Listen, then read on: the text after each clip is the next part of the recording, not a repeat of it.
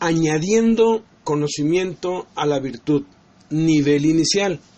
Segunda de Pedro 1:5 dice, ustedes también, poniendo toda diligencia por esto mismo, añadan a su fe virtud, a la virtud añadan conocimiento. ¿Cómo le agregamos conocimiento a la virtud? Por medio de la palabra de Dios. Una vez que hemos establecido la oración como la máxima prioridad en nuestras vidas, es cuando debemos agregar el conocimiento de la palabra de Dios. Si bien la oración equivale a respirar, la palabra equivale a comer. Estos dos hábitos son los más importantes de la vida cristiana. Jesús enseñó que el hombre prudente e inteligente es el que cavó y ahondó y puso, esto es, echó el fundamento sobre la roca. Eso está en Lucas 6:47 al 48. La oración es la roca, el piso firme sobre el cual edificamos. La palabra de Dios es el fundamento sobre el cual se edifica nuestra vida. Si solamente tenemos conocimiento, por muy profundo que sea, no bastará para sostener nuestras vidas en victoria. Si solamente tenemos virtud, oración, aunque es firme, la casa caerá debido a la falta o fragilidad del fundamento. Ambas cosas son indispensables. Hay 3 niveles de conocimiento: el intelectual, el emocional y el íntimo. Estos 3 niveles pueden verse en Josué 1:8, que es uno de los versículos más famosos de la Biblia.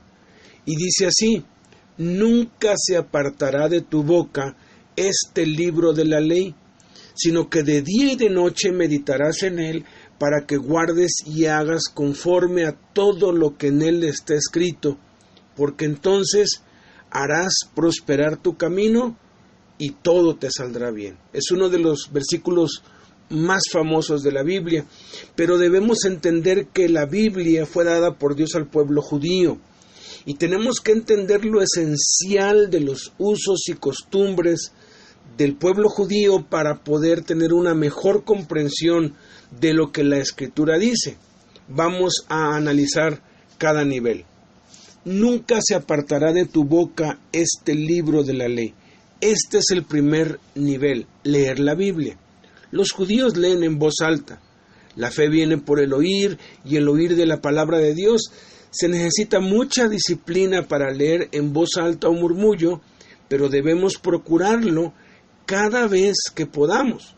También implica que alguien más nos lea, como hacen en las sinagogas, escuchar la Biblia.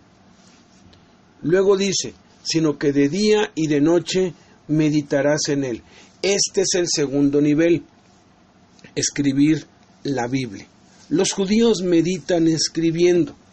La Biblia es inspirada por Dios por medio de los judíos. Ellos fueron los instrumentos escogidos por Dios. Por eso es importante conocer lo esencial de los usos y costumbres de la cultura judía para entender y aplicar la Escritura. Luego viene el tercer nivel, para que guardes. Ese es memorizar la Biblia. Los judíos practican desde la infancia la memorización, y el método de enseñanza de los rabinos es mediante la memorización. Y luego termina diciendo, y hagas conforme a todo lo que en él está escrito. Vamos a demostrar en esta serie de enseñanzas que para obedecer, para hacer la palabra de Dios, es necesario tenerla guardada, esto es, memorizada en el corazón. Y para esto es necesario escribirla. Y para escribir es necesario leer. Por eso es que muchos, aunque saben lo bueno, hacen lo malo. ¿Por qué? Porque no tienen la Escritura guardada en sus corazones. Existe un fenómeno también de algunos que saben mucha Biblia de memoria, pero viven en pecado. ¿A qué se debe esto? A que no han establecido la oración como base y prioridad en sus vidas, ya que es sobre una vida de oración que debemos agregar el conocimiento, pues de otro modo nos volveremos legalistas. Consideremos pues el primer nivel, leer la Biblia. El apóstol Pedro en su primera carta, en el capítulo 2, versículo 2, El Espíritu Santo nos dice: deseen como niños recién nacidos la leche espiritual no adulterada, para que por ella crezcan para salvación. Dice leche espiritual no adulterada. Adulterar significa acción y efecto de alterar algo, y se puede aplicar en sentido negativo, como cuando le agregamos agua a la leche para diluirla, o en sentido positivo, cuando le agregamos miel, cereales, fruta, chocolate, etc. a la leche para enriquecerla. El Espíritu Santo nos manda que deseemos la leche espiritual, la Biblia, no adulterada, ni negativa, ni positivamente. Esto implica leer la Biblia tal cual. Jesús dijo en Mateo 4:4, escrito está: no solo de pan vivirá el hombre, sino de toda palabra que sale de la boca de Dios. Comemos diariamente para sustentar la vida física. Debemos leer diariamente para sustentar nuestra vida espiritual. En el Salmo 1, versículo 2, la primera parte dice que sino que en la ley del Señor está su delicia. Hay varios tipos de delicias: visual, auditiva, corporal y gustativa, entre otras. En este salmo se usa la palabra delicia alimenticia en el idioma hebreo, dando a entender que así como la comida nos sustenta, pero también nos deleita físicamente, del mismo modo la palabra nos sustenta y nos deleita espiritualmente. Dios manda que leamos la Biblia, individual y personalmente. En Deuteronomio 17:19 dice que es nuestro deber, tenemos que leerla todos los días para nosotros mismos. Pero también manda que se lea colectiva y grupalmente. En Éxodo 24, Deuteronomio 31, Josué 8, Nehemías 8, vemos aquí mandamientos de Dios en donde se ordena a Moisés, se ordena a Josué, se ordena a Nehemías que lean la Biblia al pueblo, que lo hagan audiblemente. Es interesante que en primera a los Tesalonicenses 5:27 dice: les conjuro por el Señor que esta carta se lea a todos los santos hermanos. Y en Colosenses 4:16 dice: cuando esta carta haya sido leída entre ustedes, hagan que también se lea en la iglesia de los laodicenses, y que la de la Odisea la lean también ustedes. En 1 Timoteo 4:13, Pablo le manda a Timoteo que lea en público las Escrituras. Esta práctica de leer la Biblia en público, colectivamente, es una práctica muy descuidada. Pero debemos leer la Biblia de manera individual y personal y de manera colectiva. Jesús tenía la costumbre de leer la Sagrada Escritura. En Lucas 4:16 dice que, conforme a su costumbre, se levantó a leer. Hay 7 beneficios, 7 resultados maravillosos de leer las Sagradas Escrituras. En Lucas 24, del 27 al 35, nos lo dice. Dice la Escritura que cuando iban camino a Emaús, comenzando desde Moisés y siguiendo por todos los profetas, Jesús les declaraba a estos 2 discípulos en todas las Escrituras lo que de él decían. Llegaron a la aldea donde iban, y él hizo como que iba más lejos, mas ellos le obligaron a quedarse, diciendo: quédate con nosotros, porque se hace tarde y el día ya ha declinado. Entró pues a quedarse con ellos. Y aconteció que, estando con ellos a la mesa, tomó el pan y lo bendijo, lo partió y les dio. Entonces les fueron abiertos los ojos y le reconocieron, mas él se desapareció de su vista. Y se decían el uno al otro: ¿no ardía nuestro corazón en nosotros mientras nos hablaba en el camino y cuando nos abría las Escrituras?